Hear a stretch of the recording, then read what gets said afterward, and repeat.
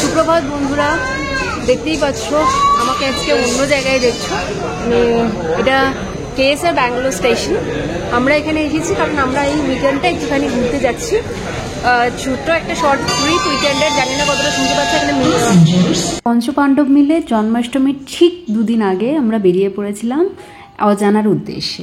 এবারে কিন্তু সত্যি সত্যি উদ্দেশ্যটা অজানা ছিল, অ্যাটলিস্ট আমার আর অভিজিতের কাছে। কোথায় যাচ্ছি পুরোপুরিভাবে জানতাম না। আমরা জানতাম যে মাইসোরের কোনো একটা জায়গায় যাচ্ছি।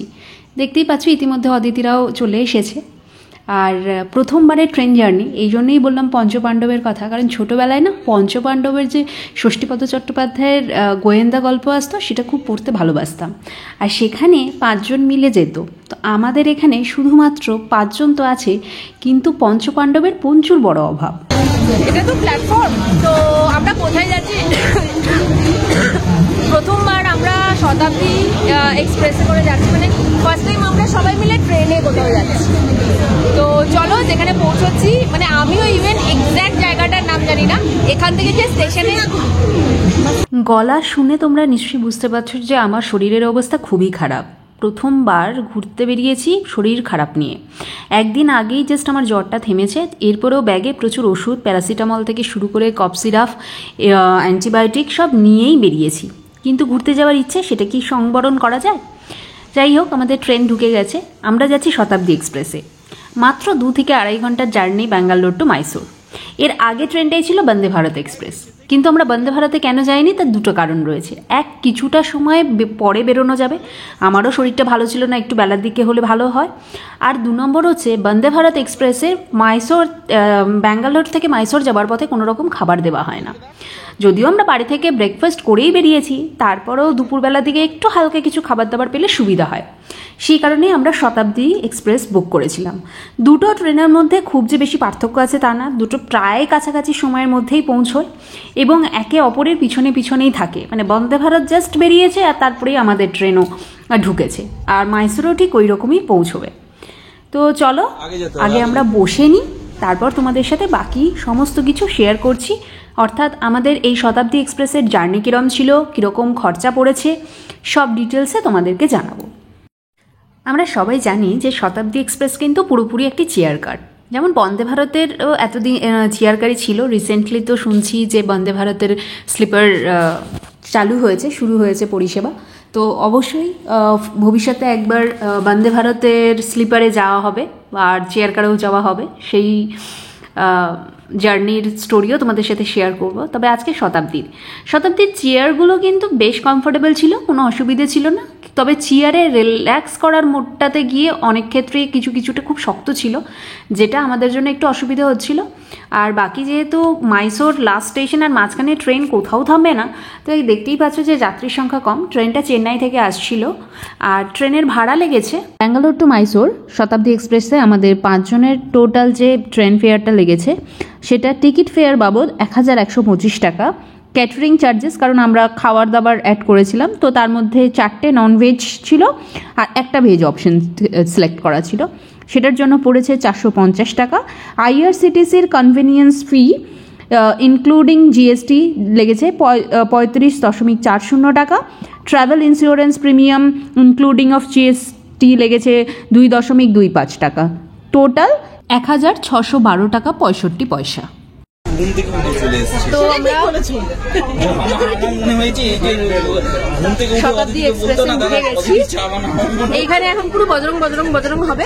ট্রেনটা ছাড়ু, তারপরে বাইরের প্রকৃতি দেখাবো এবং কথাবার্তা হবে। প্রকৃতি নেই, প্রকৃতি আছে। আমার গলার সানাই বেজেই চলছিল, একটু হাসলে কাশি এত হচ্ছিল যে চিন্তা করা যায়। কেএসআর ব্যাঙ্গালোর স্টেশন থেকে ট্রেন ছেড়ে দিয়েছে, আমরা ধীরে ধীরে এগিয়ে চলেছি মাইসোরের পথে। আর পুশ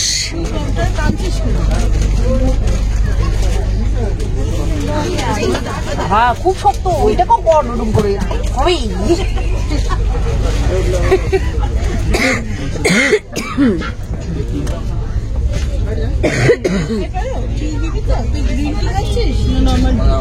লিকার জিঞ্জার টি হলে আরো ভালো আমাদের। হ্যাঁ, আমাদের অদিতি এখন খাবার দিচ্ছে।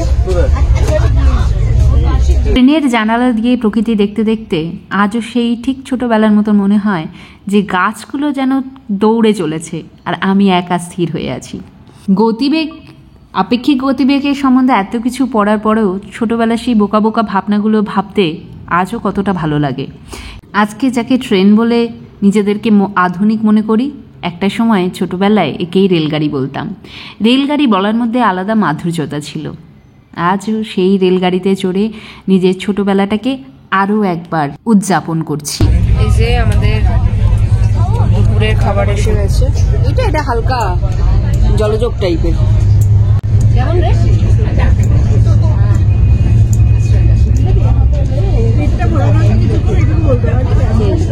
আমি তো অসম্ভব রসুনের গন্ধ পাচ্ছি।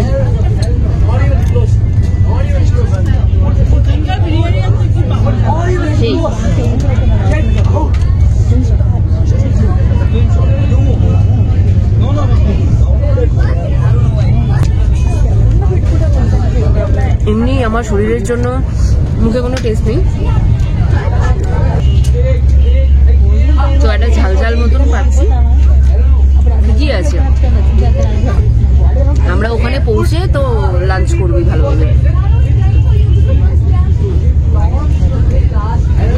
ভারতীয় রেলের পরিষেবা এবং তাদের খাবার দাবার নিয়ে আমরা বহুবার বহু রকমের রিভিউ ভিডিওস দেখেছি। বলা ভালো যে নেগেটিভ মন্তব্য শুনেছি, কিন্তু আমার মনে হয় যে ট্রেনের মধ্যে বসে আমরা নিশ্চয়ই 5 স্টার হোটেলের খাবার পাবো না। আর 2 নম্বর, 5 স্টার হোটেলে ওই পরিষেবা পাওয়ার জন্য আমরা যে পরিমাণ মূল্য ব্যয় করি সেই পরিমাণ মূল্য আমরা ভারতীয় রেলের ক্ষেত্রে ব্যয় করি না। মিষ্টিটা ছিল, আমি এটাকে সালাদ বলে ভেবেছিলাম, এটা নারকেলের বরফি। খাওয়া দাওয়া হয়ে গেছে। দই আমি খাই না, রায়তা খাই না, মিষ্টিটাও খাবো না অম্বল হবে বলে। 2 নম্বর কথা, ভালো পরিষেবা পাওয়ার জন্য নিজেদেরকেও একটু ভালো হতে হবে। নিজেদের তরফ থেকেও কিছু ডিউটিস থাকে যেগুলো পালন করতে হবে, যেটার মধ্যে পড়ে আমরা রেলের পরিষ্কার পরিচ্ছন্নতা। আমি এর মধ্যে যতবার রেলে যাতায়াত করেছি ততবার কিন্তু খুব ভালো পরিষেবা পেয়েছি, নিট অ্যান্ড ক্লিন পেয়েছি। কিন্তু এই নিট অ্যান্ড ক্লিনটা ট্রেনে ওঠার পরে যখন নষ্ট হয় তখন দেখেছি সেটা কিন্তু আমাদের কারণে হয়। তাহলে আমাদেরও আগে ভাবতে হবে ইউরোপিয়ান রেলের মতন ফেসিলিটিস পেতে হলে আমাদের ব্যবহারটাও ইউরোপিয়ানদের মতন করতে হবে। তার জন্য আমাদের দরকার নিজেদের পরিষ্কার পরিচ্ছন্নতাটাকে মেনটেন করা। মানুষ দিয়ে পয়সা দিচ্ছি বলে অন্যরা করবে এটা না ভেবে নিজেরাই যদি নিজেদের তরফ থেকে বিভিন্ন রকম পরিষ্কার পরিচ্ছন্নতার নিয়মকানুনগুলো বজায় রাখি, তাহলেই মনে হয় শুধু ভারতীয় রেল নয়, ভারতবর্ষটাই একটা সুন্দর জায়গায় পরিণত হবে। একটাই প্রসঙ্গ, আমরা ব্যাঙ্গালোরের কেএসআর থেকে মাইসোর ঢুকো করছি মেবি। আমরা ট্রেনটা এমন করে এলো মনে হলো সারাক্ষণ ধরে শিয়ালদার কারশেডের ওখান স্পিডেই এলাম। ঠিকঠাক করছে, কিন্তু বাচ্চারা আছে তো, যে আর আমাদের গলা তাদের ওদের ওই এনার্জির সাথে ম্যাচ করতে পারছে না। তারপরে আজকে আমাদের মেন বক্তা একটুখানি হ্যাঁ, বেশি কথা বললে আবার হাসলে গলা খুশখুশ করছে, ওই জন্য আজকে ব্যাপারটা একটু ঝিমিয়ে গেল। না, এই যে কারশেডের স্পিড বললাম বলে ট্রেন যে আমাদের খুব লেট করে পৌঁছেছে তা কিন্তু না। ট্রেন যথারীতি সঠিক সময়তেই আমাদেরকে আমাদের গন্তব্যস্থলে পৌঁছে দিয়েছে। আসলে গতিবেগের যা বিষয়, গতিবেগ তো ট্রেনের মধ্যে আমরা সেম গতিবেগে আছি, তাই গতিবেগটা অনুভব করিনি। 2 নম্বর, এসি কম্পার্টমেন্ট, বাইরের হাওয়াটাও পাচ্ছি না। আসলে আধুনিকতার মধ্যে মনে হয় আমাদের কোথাও স্বাভাবিক ছন্দটা হারিয়ে যায়। এটাই যদি রেলগাড়ির সাধারণ কোনো কামরা হতো, তাহলে জানলা দিয়ে ফুরফুর করে প্রকৃতির হাওয়া এসে আমাদের মুখে চুম্বন করে যেত, আলিঙ্গন করে যেত, তাহলে কিন্তু এই গতিবেগের কিছুটা আমরা বুঝতে পারতাম। আসলে আধুনিকতার যেমন কিছু পজিটিভ সাইড থাকে, কিছু নেগেটিভ সাইডও থাকে।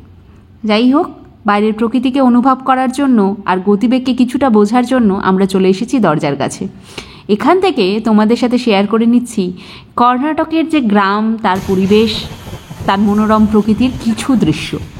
তোমাদের কেমন লাগলো অবশ্যই জানিও। তো আমরা পৌঁছে গেছি মাইসোর স্টেশনে, এখন ঢুকছি। সবাই নেমে যাক, আমরা একটু ধীরে সুস্থে নামবো, তাড়াহুড়ো নেই। তো চলো। এর আগে আমরা ব্যাঙ্গালোর টু মাইসোর বাইকার রোড ট্রিপ করেছি, সেই জার্নির অন্যরকম অভিজ্ঞতা ছিল। কিন্তু এই যে ভারতীয় রেলের পরিষেবার 2 থেকে 2.5 ঘন্টার অভিজ্ঞতা, আমার মনের মণিকোঠা একদম অন্যরকম জায়গায় গুছিয়ে রাখা থাকবে। তার কারণ আজকে আমি আমার ছোটোবেলাকে আরও একবার অনুভব করতে পারলাম, উদযাপন করতে পারলাম। ভারতীয় রেল আমাদের ঐতিহ্য, এই ঐতিহ্য শুধু ভারতবর্ষের না, ভারতবাসীদেরও। আর আমরা এখন আমাদের ক্যাব বুক করাই আছে, গাড়ি বুক করা আছে, গাড়ির জন্য ওয়েট করছি। সেটা যাচ্ছি যে কোথায় কোন দিকে গাড়ি আসবে। ট্রেন জার্নির আরও একটা বিশেষ মজা, গন্তব্যস্থলে পৌঁছানোর পর স্টেশনে এই এত রকমের আওয়াজ কোলাহল। এয়ারপোর্টে অন্য রকমের শান্তই একটা ভাব বিরাজ করে, কিন্তু এখানে যেন সব কিছুর মধ্যেই একটা অন্য রকমের প্রাণ রয়েছে। মাইসোর স্টেশনে নেমে বহু কাল পর সেই প্রাণকে ফিরে পেয়ে আমার অদ্ভুত ভালো লাগায় মনটা ভরে গেল। আসলে ভারতবাসীর কাছে মনে হয় কোলাহলেরও আলাদা মর্যাদা আছে। আমরা শান্তি যেমন পছন্দ করি, তার সাথে সাথে আমরা যে বেঁচে আছি, সেই বেঁচে থাকার যে কোলাহল, সেটাও আমাদের কিন্তু অন্য রকমের একটা বেঁচে থাকার আনন্দকে অনুভব করতে সাহায্য করে। আজ সেই বেঁচে থাকার আনন্দকে আরও একবার অনুভব করলাম। অনেক ধন্যবাদ আমাদের ভারতীয় রেল পরিষেবাকে এবং আমাদের এই রেলের যাত্রাপথের জীবনযাত্রাকে। যারা রোজ ডেলি প্যাসেঞ্জারি করে, একটা সময় যেহেতু রোজ ডেলি প্যাসেঞ্জারি করেছি, সেই দিনটাকে আজকে খুব অনুভব করলাম। মাইসোর থেকে গন্তব্যস্থল পর্যন্ত আমাদের গাড়ি আগে থাকতেই বুক করা ছিল এবং আগামী 2 দিনের জন্য সেই গাড়ি এবং সেই গাড়ির যে চালক দাদা, তিনি আমাদের সহযাত্রী হবেন। আজকের ব্লগটি আমি এখানে এন্ড করছি। আজকে তোমাদের সাথে শেয়ার করে নিলাম যে আমাদের ভারতীয় রেলের শতাব্দী এক্সপ্রেসের পরিষেবা কেমন লাগলো সেটা। আগামীকাল আরও ভালো ভালো ব্লগ আসবে, তো তোমরা অবশ্যই আমাদের ব্লগটিকে ভালো লাগলে লাইক করো, কমেন্ট করে জানিও কেমন লাগলো। নতুন বন্ধুরা আমাদের চ্যানেলটিকে সাবস্ক্রাইব করে আমাদের ফ্যামিলির মেম্বার হয়ে যেও। আর যদি ব্লগটা আমার ফেসবুক পেজ থেকে দেখে থাকো, তাহলে অবশ্যই পেজটিকে ফলো করে দিও। আরও একবার বলবো, সবাই ভালো থেকো, সবাইকে ভালো রেখো, সবার আগে নিজেরা ভালো থেকো। আজকের মতন এই পর্যন্তই, টাটা, বাই বাই।